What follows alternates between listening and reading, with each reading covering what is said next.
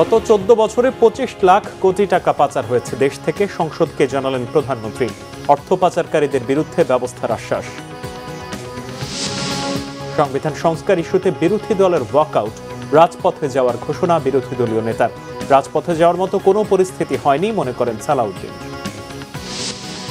জ্বালানি সংকটে বাড়ছে ভোগান্তি, রাজধানীর বেশিরভাগ পেট্রোল পাম্প বন্ধ। আতঙ্ক তৈরি না করার আহ্বান বিশেষজ্ঞদের। বাড়ছে হামের প্রকোপ, হাসপাতালে রোগীর চাপ সামলাতে হিমশিম খাচ্ছেন চিকিৎসকরা। রবিবার থেকে হামের টিকাদান শুরুর ঘোষণা স্বাস্থ্যমন্ত্রীর। দেখছিলেন ক্রাউন সিমেন্ট সংবাদ শিরোনাম। প্রধানমন্ত্রী তারেক রহমান বলেছেন, পতিত সরকার যখন তখন যাকে খুশি তুলে নিয়ে গেছে। তবে বর্তমান সরকার আইন অনুযায়ী দেশ পরিচালনা করবে। আইন অনুযায়ী অর্থ পাচারকারীদের বিরুদ্ধে ব্যবস্থা নেওয়া হবে বলেও জানান তিনি। বলেন, বিগত আমলে 14 বছরে পাচার হয়েছে 25 লাখ কোটি টাকার বেশি। পাচারের অর্থ উদ্ধারে মালয়েশিয়া, হংকং ও সিঙ্গাপুরের সাথে চুক্তি অনুমোদন করেছে সরকার জানিয়ে তিনি বলেন, আরও 7 দেশের সাথে চুক্তি করার বিষয়টি প্রক্রিয়াধীন আছে। 4 বছরে 4 কোটি ফ্যামিলি কার্ড দেয়া হবে জানিয়ে তিনি বলেন, নির্বাচনে মানুষের ভোট প্রমাণ করে জনগণ ফ্যামিলি কার্ড, কৃষক কার্ড সহ সরকারের সব পরিকল্পনা সমর্থন করে। রিপোর্ট করছেন ইমরুল কায়েস। ধন্যবাদ মাননীয়। বুধবার জাতীয় সংসদ অধিবেশনের শুরুতেই প্রথমবারের মতো প্রশ্নোত্তর পর্বে অংশ নেন প্রধানমন্ত্রী তারেক রহমান। নানা বিষয় জানতে প্রধানমন্ত্রীকে প্রশ্ন করেন সরকারি ও বিরোধী দলীয় সংসদ সদস্যরা। প্রধানমন্ত্রী বলেন, ক্ষমতা গ্রহণের পর সরকার একের পর এক প্রতিশ্রুতি বাস্তবায়ন করে চলেছে। এরই মধ্যে সরকার 13 জেলায় 38,000 পরিবারকে ফ্যামিলি কার্ড দিয়েছে। 10 জেলায় কৃষি কার্ড, 9,102 জন ইমাম মুয়াজ্জিন পুরোহিতকে সম্মানী, 129 জন ক্রীড়াবিদকে ভাতা দেওয়া হয়েছে বলেও জাতীয় সংসদকে অবহিত করেন প্রধানমন্ত্রী। জানান, ধীরে ধীরে বাকিদের কার্ডও দেওয়া হবে। প্রধানমন্ত্রী বলেন, খাল পুনঃখনন, কৃষি কার্ড বিতরণ সহ সরকার বাকি সব প্রতিশ্রুতি পূরণ করবে। ফ্যামিলি কার্ডের মাধ্যমে বিতরণ করা অর্থে নারীর ক্ষমতায়ন নিশ্চিতের পাশাপাশি স্থানীয় অর্থনীতি শক্তিশালী হবে আশা প্রধানমন্ত্রী তারেক রহমানের। ফ্যামিলি কার্ডের অর্থ পাচার কিংবা মূল্যস্ফীতি বাড়াবে না বলেও উল্লেখ করেন তিনি। সারা দেশের নির্বাচিত সদস্যদের মাধ্যমে, পবিত্র জাতীয় সংসদের সদস্যদের মাধ্যমে আমরা পর্যায়ক্রমিকভাবে আমাদের সকল কর্মসূচিগুলো ইনশাআল্লাহ বাস্তবায়ন করব।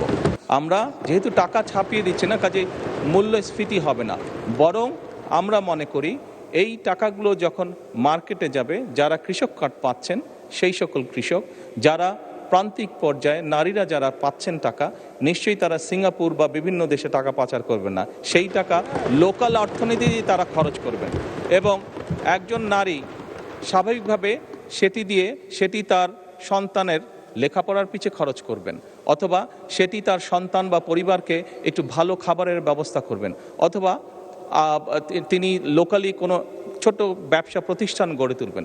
ফলে যেটা হচ্ছে, যেই টাকাটা সরকারের কাছ থেকে তার কাছে যাচ্ছে, সেই টাকাটা লোকাল ইকোনমিকে শক্তিশালী করছে।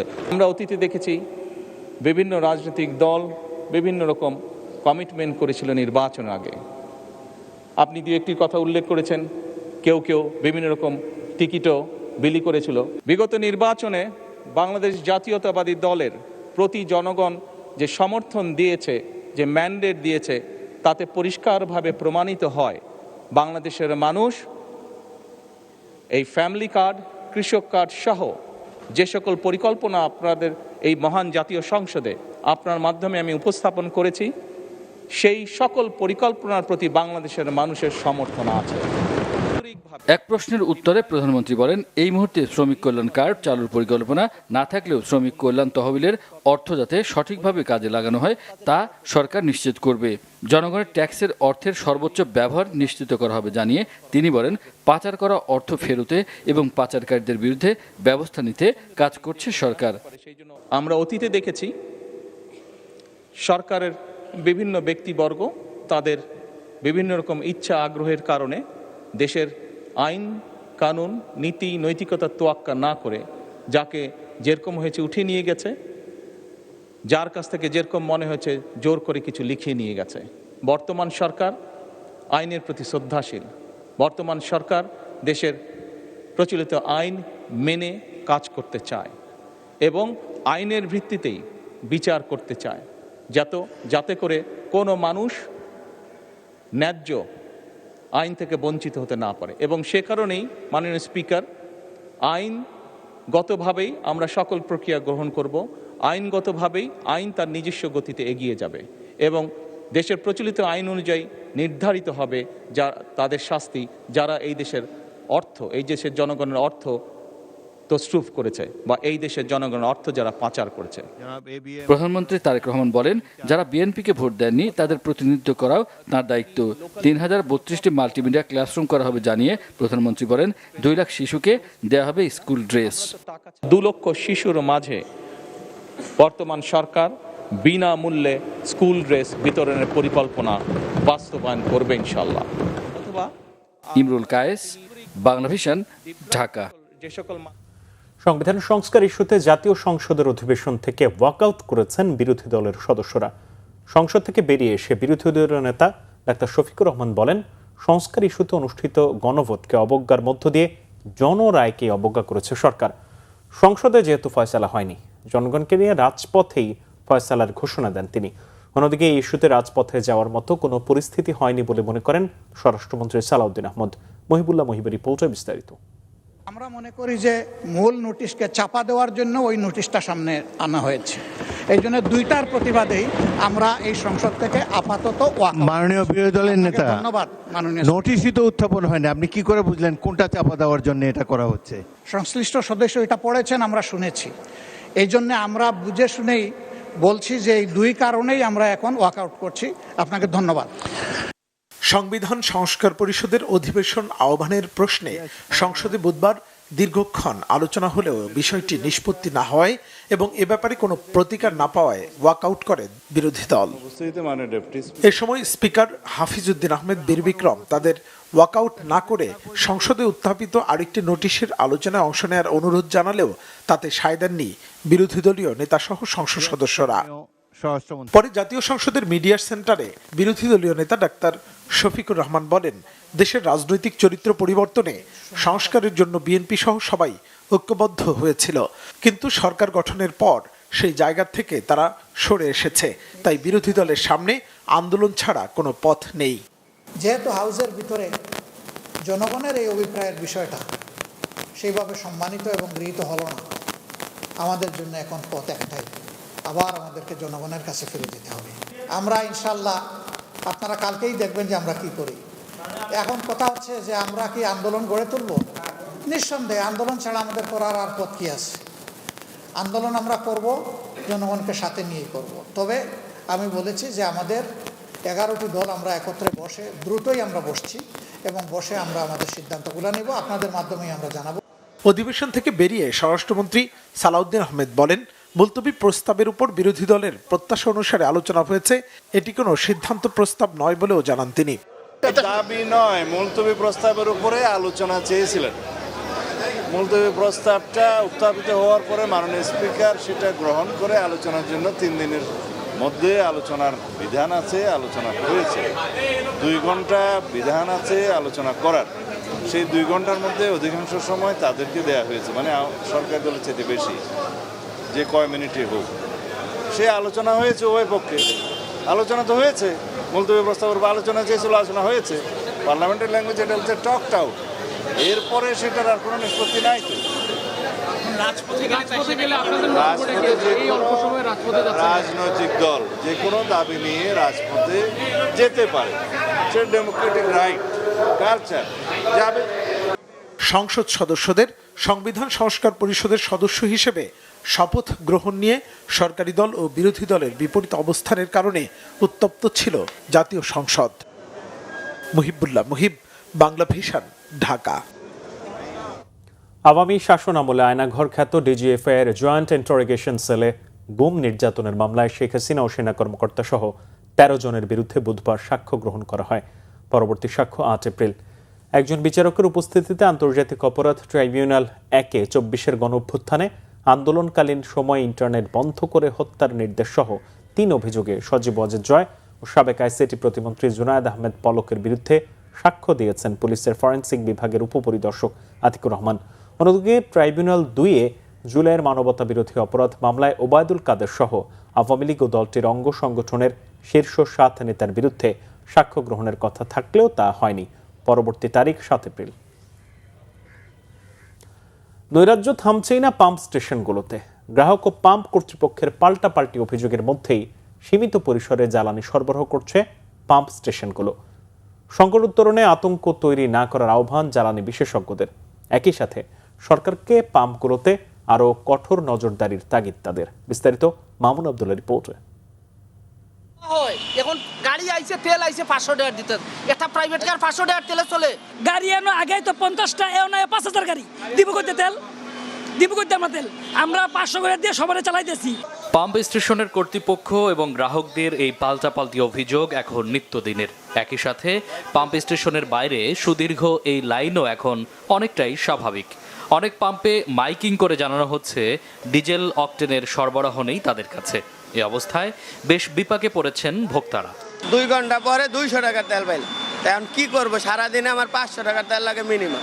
এই 200 টাকার তেল দেয় মানুষের, এই হুন্ডায় আমরা কোনো ঘুরতে পারি না, কোনো কাজ করতে পারি না। তাহলে বাংলাদেশ এরকম হইলে তো অচল হয়ে যাবো।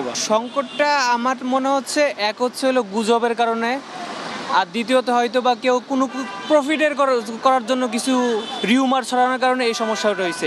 এখন 500 টাকা তেল দিয়ে বলতেছে গাড়ি টান দেন, গাড়ি টান দেন, মানে তোদের কাছে ভিক্ষা নিতে আইছি আমরা। দু একটি স্টেশনে জ্বালানি তেল আসলেও তা প্রয়োজনের তুলনায় অপ্রতুল বলে পাম্প মালিকরা জানান। আগে সর্বমোট 9 দোকানে 18,000 লিটার হইলেই 24 ঘন্টা ওভার, এই প্রশাসন প্লাস জনগণ। এখন যদি 4 গাড়িও হয়, মানে ডাবলও হয়, 18 দোকানে 36,000ও হয়, তারপরে চাহিদা পূরণ হবে না। জ্বালানি বিশেষজ্ঞরা বলছেন সংকট উত্তরণে সরকারকে হতে হবে আরও কঠোর। স্টেশনগুলোতে নজরদারি বাড়ানোরও পরামর্শ তাদের। আমার একটা পেট্রোল পাম্পে ডেইলি তার কনজামশন কত, XYZ যেটা হোক, আপনি দেখেন যে গত মাসে কত তার কনজামশন কত, তার আগে মাসের কনজামশন কত, আর এই মাসে ডেলিভারি কত। যদি সেম থাকে এবং 10 to 20% বেশি থাকে, তাহলে আপনাকে বলতে হবে যে ইট ইজ রাইট। এখন সেখানে কেন শর্ট পড়বে? ডিজেলের সমস্যা নাই, কিন্তু পেট্রোলটা, গ্যাস নিয়ে কোনো সমস্যা নাই, gas as it is like before. তার মানে এখন হচ্ছেটা কি? এখন পেট্রোল নিয়ে টানাটানি। আপনি লবণের কথা বলেন যে 7 দিন পর লবণ পাওয়া যাবে না, দেখেন আপনি কালকে থেকে লবণ নাই মার্কেটে। তো এটাই আমাদের চরিত্র, এটাই যে আমরা মানে উত্তেজিত হয়ে যাই, অথবা আমরা নিজেরা প্যানিক হয়ে যাই যে আমরা পাবো না। আর জ্বালানির নতুন করে কোনো সংকট নেই বলে জানান জ্বালানি ও খনিজ সম্পদ বিভাগের মুখপাত্র। আমরা $76 প্রস্তাব পেয়েছি, সত্য কথা। এখন আমরা যদি সস্তায় পাই আমাদের তো কোনো অসুবিধা নেই। তো ফলে যদি কেউ সাপ্লাই দিতে পারে আমরা সেটা অ্যাকসেপ্ট করব। এটা প্রস্তাব পেলেই হবে না, সে প্রক্রিয়াগুলো শেষ করার পরে যতক্ষণ পর্যন্ত উনি সরবরাহ না করছে ততক্ষণ পর্যন্ত তো আমরা বলতে পারবো না। সমস্যা সমাধানে পাম্প স্টেশনগুলোর পূর্বের ইতিহাস দেখে তেল সরবরাহের তাগিদ জ্বালানি বিশেষজ্ঞদের। মামুন আব্দুল্লাহ, বাংলা ভিশন, ঢাকা। হামের প্রকোপ বেড়ে যাওয়ায় রাজধানীর হাসপাতালগুলোতেও বেড়েছে রোগীর চাপ। শিশু হাসপাতালে এই রোগের চিকিৎসার জন্য খোলা হয়েছে আলাদা ওয়ার্ড। আক্রান্ত শিশুর শরীরে লালচে দানা বা জ্বর, কাশি সহ নানা উপসর্গ দেখা দেয় হাসপাতালে চিকিৎসা নিতে হচ্ছে বলে জানান রোগীর স্বজনরা। আরও জানাচ্ছেন সৈকত সাদিক। মিরপুর থেকে আসা হামরোগে আক্রান্ত শিশু রাইয়ান ঈদের আগের দিন শিশু হাসপাতালে ভর্তি হবার পর দীর্ঘ 12 দিন চিকিৎসার পর অনেকটা সুস্থ সে। চিকিৎসা সেবা চালু থাকলেও গেল কদিন সন্তানকে নিয়ে মায়ের উদ্বেগ কম ছিল না।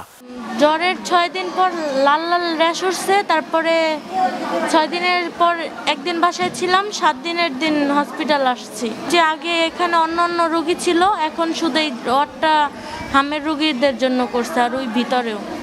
সংক্রমণের প্রথম কয়েকদিন সাধারণত জ্বর, তার সঙ্গে কাশি, শ্বাসকষ্ট, সারা শরীরে লালচে গোটা সহ নানা উপসর্গ। এইসব কারণে শিশু শারীরিকভাবে প্রচণ্ড দুর্বল হয়ে পড়ায় অসুস্থ সন্তানকে নিয়ে স্বজনরা ছুটছেন হাসপাতালে। গেল 7 দিন ধরে রাজধানীর শিশু হাসপাতালে এমন রোগীর সংখ্যা অনেক বেড়েছে। ওরা টুইন বেবি, বাসায় ওর সমস্যা বাড়ছে, এই জায়গায় ভর্তি করছি, অনেক রিকোয়েস্টের পরে ভর্তি করেন, ও ভালো একটু সুস্থ। অতিরিক্ত জ্বর আসছিল, তারপর সর্দি কাশি, তো তার 3 দিন পর গায়ে ফুসকুড়ি বের হয় অনেক। তো তখন আমরা স্থানীয় ডক্টর দেখাই, তো ওখানে বললো যে বাচ্চার হাম বের হয়েছে। রাত্রে 12টা বাজে ভর্তি করছি যে এরকম মৌসুম অবস্থা ছিল, অবস্থা ভালো ছিল না, আরও অনেক দুর্বল ছিল, আর এগুলো সব পুরো ইয়ে ছিল। তখন কপালে 1-2টা ছিল, মনে হয়েছিল যে মশায় কামড় করছে, বুঝতে পারিনি। পরের দিন সকালে দেখি গা শরীর একদম ফুলে গেছে, এগুলো বসছে তো নিউমোনিয়া ভর্তি হয়েছে। ভাইরাসজনিত রোগ হওয়ায় অন্যান্য রোগীর থেকে আলাদা রাখতে হচ্ছে হাম রোগীকে। শিশু হাসপাতালে 44 বেডের আলাদা ওয়ার্ড চালু হলেও বুধবার রোগীর সংখ্যা ছিল 56 জন। গুরুতর অসুস্থদের জন্য সার্বক্ষণিক অক্সিজেন রাখার ব্যবস্থা করা হয়েছে। মিজেস আউটব্রেক শুরু হওয়ার পর থেকেই স্বাস্থ্য মন্ত্রণালয় এবং ডিজি মহোদয়ের নির্দেশে আমরা একটা বিশেষায়িত মিজেস ওয়ার্ড চালু করেছি। প্রথমে আমরা 16 বেডের চালু করেছিলাম, তারপরে সেটা 18 বেড, তারপরে এখন 44 বেড সম্মিলিত একটা বিশেষায়িত ওয়ার্ড আমরা তৈরি করেছি। দিন দিন রোগীর সংখ্যা বাড়তেছে, সুতরাং সারা বাংলাদেশে তাদেরকে জানাচ্ছে সারা বাংলাদেশ থেকে রোগী আসতেছে, আমাদেরও চাপ আছে। হাসপাতালে আসা বেশিরভাগ রোগীর বয়স 9 মাসের নিচে। এইসব রোগীদের বিষয়ে কোনো ধরনের কুসংস্কার কিংবা নিজেদের ইচ্ছামতো ওষুধ না খাইয়ে নিকটস্থ চিকিৎসকদের শরণাপন্ন হওয়ার পরামর্শ দিয়েছেন হাসপাতাল কর্তৃপক্ষ। সৈকত সাদিক, বাংলা ভিশন, ঢাকা। আগামী রবিবার থেকে দেশজুড়ে হামের বিশেষ টিকাদান কর্মসূচি শুরু হবে বলে জানিয়েছেন স্বাস্থ্যমন্ত্রী সরদার সাখাওয়াত হোসেন। এর আওতায় 6 মাস বছর থেকে শুরু করে 10 বছর বয়সী শিশুদের হামের টিকা দেওয়া হবে। বুধবার দুপুরে স্বাস্থ্য মন্ত্রণালয়ে এক ব্রিফিংয়ে এই তথ্য জানান তিনি। রিপোর্ট রিশান হাসরুল্লাহ। দেশে প্রতিদিনই বাড়ছে হামে আক্রান্ত শিশুর সংখ্যা। এমন পরিস্থিতিতে জরুরিভাবে দেশে টিকা দেওয়ার কর্মসূচি চালুর পরিকল্পনা নিয়েছে সরকার। বুধবার সচিবালয়ে এক ব্রিফিংয়ে স্বাস্থ্যমন্ত্রী জানান, ইউনিসেফের মাধ্যমে জরুরিভাবে ভ্যাকসিন সংগ্রহের অনুমতি দেওয়া হয়েছে।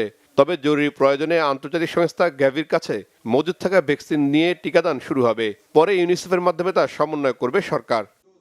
21.9 মিলিয়ন ডোজেস ভ্যাকসিনের আমরা নিচ্ছি ডেবি থেকে। 6 মাস থেকে 10 বছর পর্যন্ত বয়স গ্রুপটাকে আমরা কভার করব। নাম্বার 1, আমরা গ্যাভি থেকে এটা ধার নিচ্ছি, আমরা ওদেরকে রিপ্লেনিশ করব। হ্যাঁ, আমাদের যেটা আমরা কিনতে যাচ্ছি ইউনিসেফের কাছ থেকে টাকার পয়সা আমরা সব করে ফেলেছি, সেইটা দিয়ে ওদেরকে রিপ্লেস করব। নাম্বার 3, এটার রবিবার থেকে আমরা ফিল্ড লেভেলে ভ্যাকসিন পুশ করা ইনশাল্লাহ শুরু করব। শুরু করার জন্য কালকে এবং পরশুদিন 2 দিন আমরা ম্যাটেরিয়াল সাপ্লাই দেব প্রত্যেকটা উপজেলায়। হামে আক্রান্ত হয়ে শিশুর মৃত্যুর ঘটনা থাকলেও সরকার দ্রুত চিকিৎসার ব্যবস্থা করেছে। নতুন উদ্ভাবনী প্রক্রিয়ায় ইমার্জেন্সি ভেন্টিলেশন চালু করতে যাচ্ছে সরকার। স্বাস্থ্য বিভাগের মাঠ পর্যায়ের সকল ছুটি বাতিল করা হয়েছে বলেও জানান মন্ত্রী। আমরা অতীতের গভর্নমেন্টের মতন এটাকে কোনো গ্যাপ সৃষ্টি করব না। কন্টিনিউয়াসলি যদি লেফট ওভার থাকে ওইটা আমরা পর্যায়ক্রমে আমরা এই ভ্যাকসিনগুলি দিয়ে যাব। ফার্স্ট প্যানিকের পরে যে বাচ্চাগুলি 33 মারা গেছিলো আর এখানে একজন মারা গেছিলো, একজন মারা গেছে। Total death in the country I think এটা নট মোর দেন 40। আমাদের চেষ্টার কোনো ত্রুটি নেই বর্তমান সরকারের। আমরা ভেন্টিলেটর সাপ্লাই দিয়েছি, রুগীদের আমরা ইমার্জেন্সি ট্রিটমেন্ট দিচ্ছি। আপনারা জানেন আমাদের ডাক্তার শর্টেজ ছিল, আমাদের নার্স শর্টেজ ছিল, অ্যানেস্থেসিয়াসিস্ট শর্টেজ ছিল। সমস্ত কিছু আমরা অ্যাটাচ করেছি অন ইমার্জেন্সি বেসিস এবং অ্যাটাচমেন্ট আমরা সব জায়গায় দিয়েছি। বর্তমান পরিস্থিতি গত 17 বছরে স্বাস্থ্যখাতে গাফিলতির কারণ বলে জানান স্বাস্থ্যমন্ত্রী সরদার সাখাওয়াত হোসেন। রিশাদ নাসরুল্লাহ, বাংলা ভিশন, ঢাকা। সিলেট জেলা স্টেডিয়াম পরিদর্শনে দোকান বরাদ্দে আর্থিক অনিয়ম ও দুর্নীতির চিত্র খুঁজে পেয়েছেন যুব ক্রীড়া প্রতিমন্ত্রী আমিনুল হক। পরে স্টেডিয়ামে দোকান বরাদ্দে অনিয়মে দ্রুত ব্যবস্থা নেওয়ার নির্দেশ দিয়েছেন তিনি। 30 এপ্রিল শুরু হবে নতুন করে স্পোর্টস এর পথ চলা।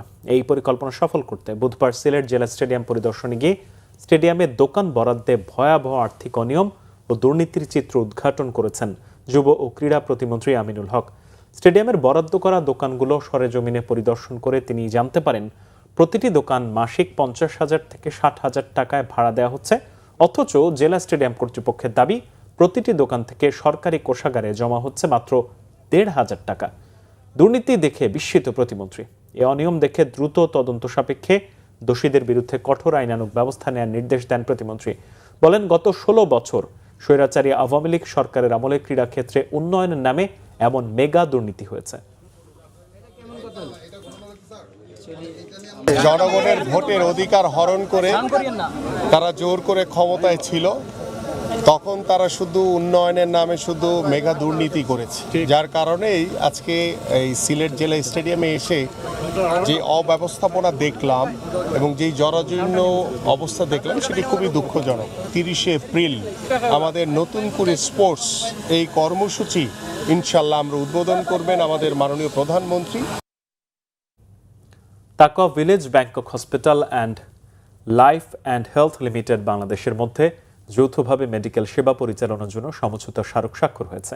বুধবার অনুষ্ঠানে প্রধান অতিথি হিসেবে উপস্থিত ছিলেন ব্যাংকক হাসপাতাল বাংলাদেশ এর ব্যবস্থাপনা পরিচালক ডাক্তার নীলাঞ্জন সেন।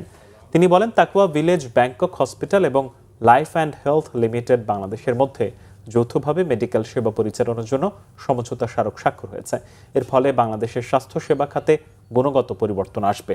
অনুষ্ঠানে বিশেষ অতিথি ছিলেন বিক্রয় বন্ধু রাজীব আহমেদ, তাকওয়া ভিলেজের চেয়ারম্যান শামীম রেজা, পরিচালক কমান্ডার মোহাম্মদ শফিকুল ইসলাম, ফারুক মাহমুদ। এ সময় আরো উপস্থিত ছিলেন গাজী বিল্লাল হোসেন, আব্দুল্লাহ হেল বাকি, মাহফুজ আহমেদ, মুনিরুল ইসলাম সহ অন্যান্যরা। সংবাদ শেষ করব ক্রাউন সিমেন্ট শিরোনামগুলো আরো একবার জানি।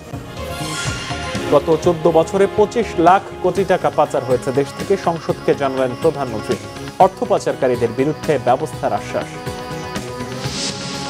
সংবিধান সংস্কার ইস্যুতে বিরোধী দলের ওয়াকআউট, রাজপথে যাওয়ার ঘোষণা বিরোধী দলীয় নেতার। রাজপথে যাওয়ার মতো কোনো পরিস্থিতি হয়নি মনে করেন সালাউদ্দিন। জ্বালানি সংকটে বাড়ছে ভোগান্তি, রাজধানীর বেশিরভাগ পেট্রোল পাম্প বন্ধ। আতঙ্ক তৈরি না করার আহ্বান বিশেষজ্ঞদের। বাড়ছে হামের প্রকোপ, হাসপাতালে রোগীর চাপ সামলাতে হিমশিম খাচ্ছেন চিকিৎসকরা। রবিবার থেকে হামের টিকাদান শুরুর ঘোষণা স্বাস্থ্যমন্ত্রী। এই ছিল এখনকার মতো। পরের সংবাদ সকাল 7:30টায় দেখার আমন্ত্রণ রইল। এছাড়া বাংলা ভিশন সংবাদ ও সংবাদ সংশ্লিষ্ট অনুষ্ঠান দেখতে ভিজিট করুন www.bbnews24.com ও facebook.com/banglavishnnews এবং সাবস্ক্রাইব করুন youtube.com/banglavishnnews। ধন্যবাদ।